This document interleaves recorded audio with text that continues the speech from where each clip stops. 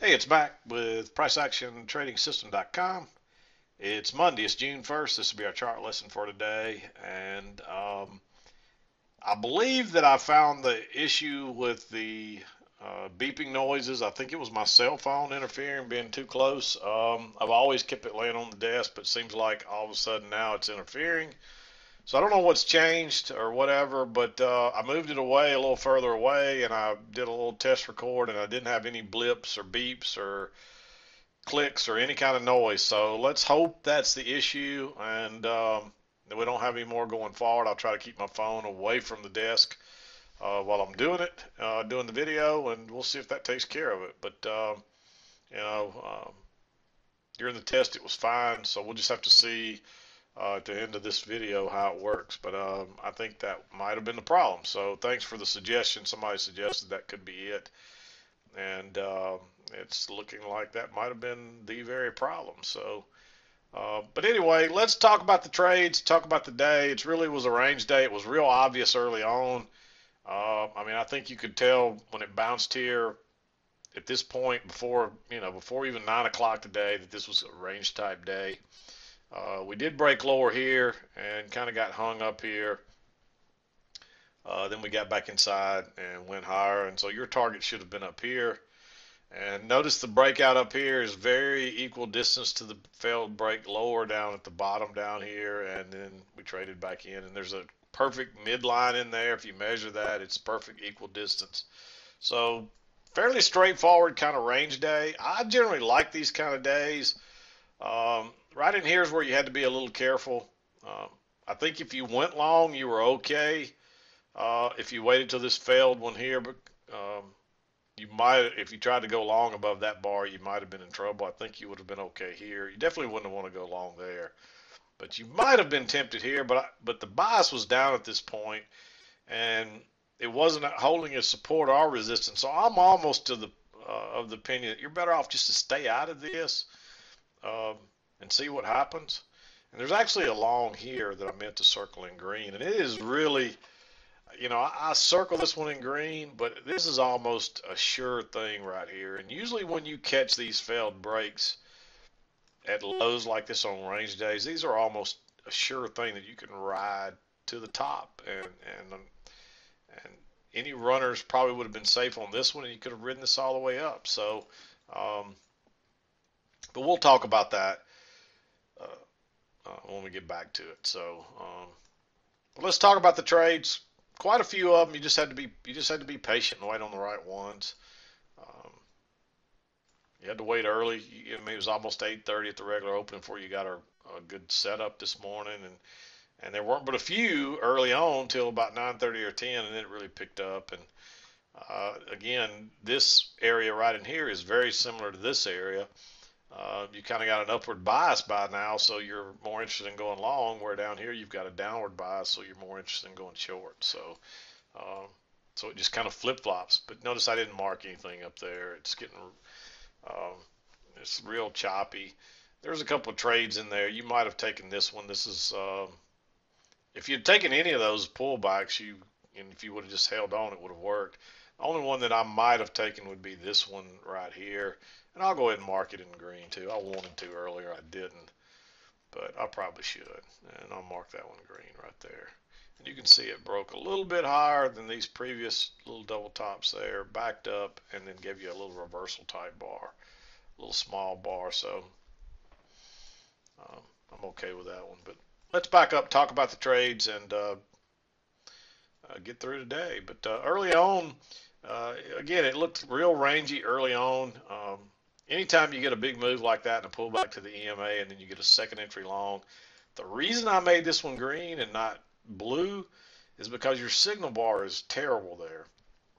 Um, it does bounce right off the EMA, but I think what you have to do here is if you're going to enter this, and it is a second entry and it's a breakout pullback kind of long setup, um, you figure prices will try to test that high, maybe make a new high and then turn down.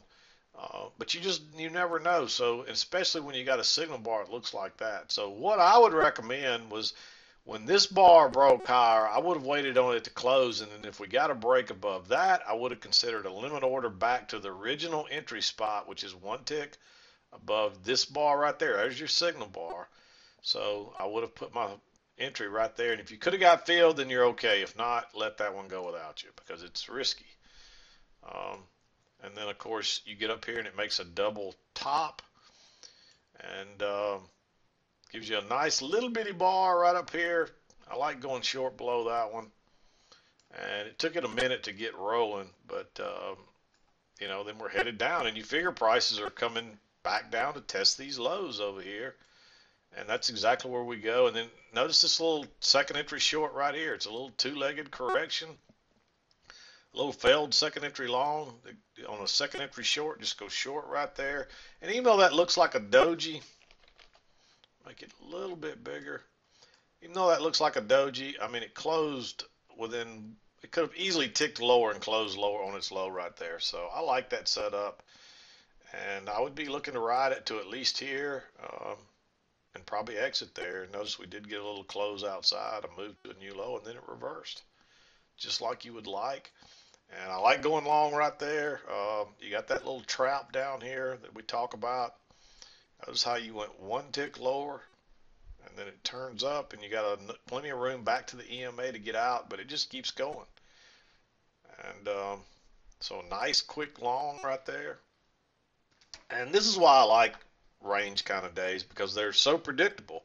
If you just try to get in at the, either wait for the traps or get in at the highs and lows, and generally you're not going to be selling right in here.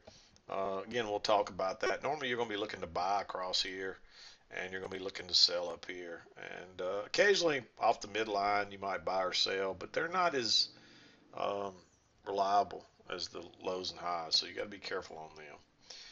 But anyway, prices start working down, and you get a failed second entry long there. You definitely don't want to be going long at that point, but you don't want to. I don't think you want to go short below that bar. It's real tempting. If you did, it's probably okay, but I think you're better off to wait, and it does pull back and give you that trap, and off it goes. And again, you got to be real leery of it bouncing right here, but it doesn't. It goes straight on through.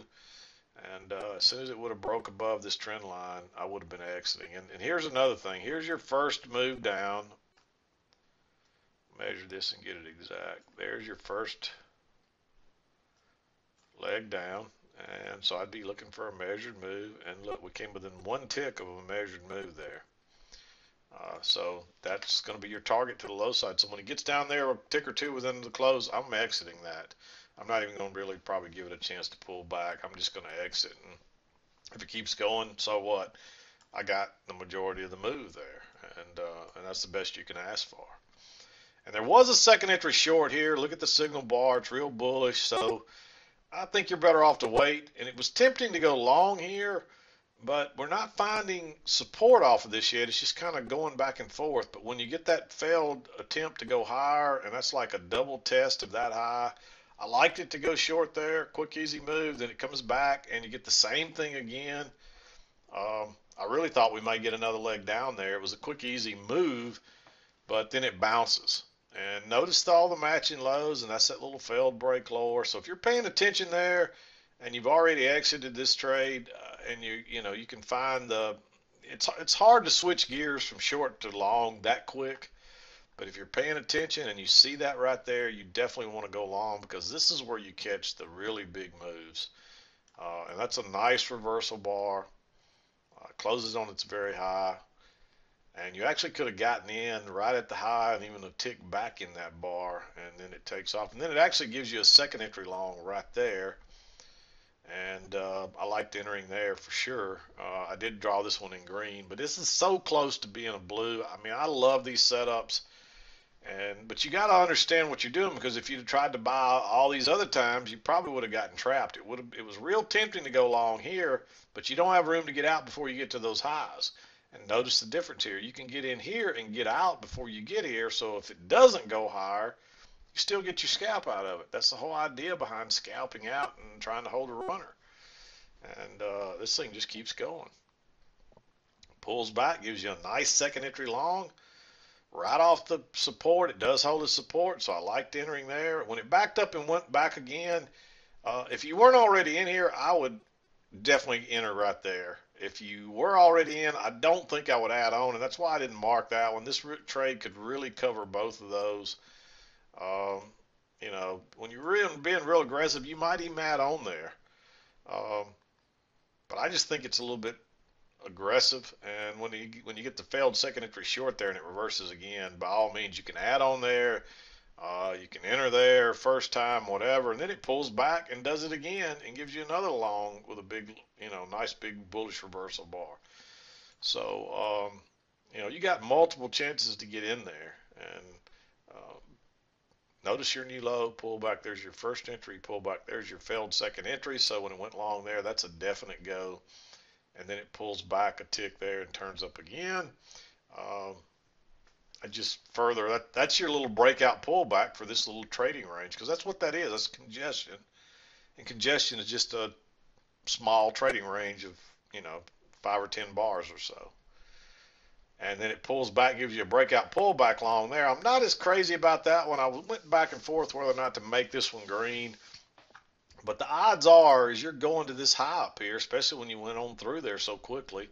And prices pull back and test that area. It acts as support, so I'm okay there. Past that, there's not a whole lot of room. This one probably could be green here as well. The only reason I didn't is because by the time it breaks higher, you've gotten 1, 2, 3, 4 bars there, 3 or 4 bars, and a couple of them are dojis.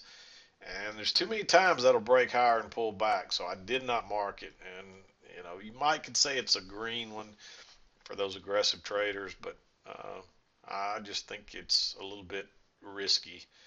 And then you're too close to the highs up here until you get the little breakout pullback, and then I like that one. And plus, it's tried to go lower once, twice, 3 times. That's like a 4th time. And if you entered, even if you entered right there, it could be green too, because you could look at that like you got a low, first entry, second entry. By the time you go that low that many times, but it's just right into that strong resistance where we got a double top. So you just got to be really careful. So you almost need that breakout pullback. And so that's the reason I didn't mark anything else. But if you did, you can see if you'd went long on any of those, you'd have been all right. But too many times it'll break higher and trap you and then head to the other side. So you got to be real careful. And then there was one more entry. That's your failed breakout higher. Look at that negative, that big bearish bar. It broke higher and went right out the low side. I just had me a sale stop right there just in case. And quick, easy move, no runners. And by the time you got your failed second entry long, I'll go ahead and mark it. But it's after 2 o'clock. But it's probably going to be a good trade. And there's a good chance it may come all the way back down here. But it just moved back down to the midline and then got hung up there. Nothing much else happened the rest of the day. So in the end, it was a little slow getting started, but still some good trades. The ones that were there that fit the rules were good trades. And overall, there were plenty of good trades. Okay, but yeah, I had a slight interruption there. I think we had wrapped it up. But yeah, just a very straightforward range kind of day. And this is why I'm always saying you don't buy and sell breakouts. I mean, if you try to sell here, you get trapped. You try to buy up here, you get trapped. Most of the time, these will be, you need to do just the opposite. And anywhere you go and read and study, I mean, I see it over and over. They teach you to sell down here and buy up here, and that's why you lose. And, so be careful about reading trading books. I don't care who it was written by. Be careful what you read in forums, and because most of that stuff I'm telling you is wrong. And if you follow it, you're going to end up losing money most of the cases. It's just amazing how blatantly, it's not just wrong, most of it's blatantly wrong. And if you follow those trading styles and rules and things that you read on those places and you read in these books, and most of the time you're going to lose money. If you understand price action, it'll all make sense. And if you don't understand it, you just got to stay with it and keep practicing and learning it till it does make sense. And it's not easy. It takes a while.